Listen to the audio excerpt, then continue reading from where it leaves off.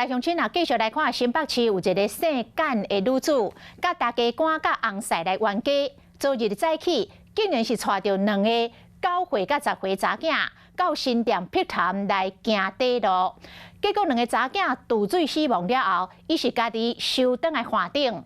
昨伊阁一届要自我了结，失败，昨暝到派出所来报案。伊讲伊是甲查囝骗讲要翕水水的相片，带2个查囝行落水了后，趁机会甲双手放开，甲查囝害掉。伊讲伊真后悔，警方用杀人罪甲移送法办。真侪警消来到新店碧潭找人，因为2个查某囡仔不幸淹死。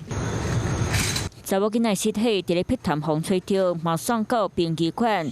查某囡仔妈妈跟太太洪带到警察局侦讯，因为伊是嫌带只9岁和10岁查某囡仔自杀。嫌弃女子和公婆还有丈夫因为生活习惯的关系爆发争吵，她一气之下带着2个女儿，在7月2号的上午8点多，从中和搭车来到新店碧潭。跟太太伫昨日透早10点带查某囝去碧潭，讲要翕相煞放手，互查某囝栽入潭水内底，落尾伊煞家己烧上花。伫咧昨下晡4点多，想要搁自杀一摆，毋过尾仔嘛是搁收倒来到岸边，嘛伫咧暗时9点前往派出所报案。是妈妈带着跳，听说2个小朋友，妈妈说有回来。哦，有回来哦。对听说是他去报案，带着孩子一起跳。对，我是这么听说。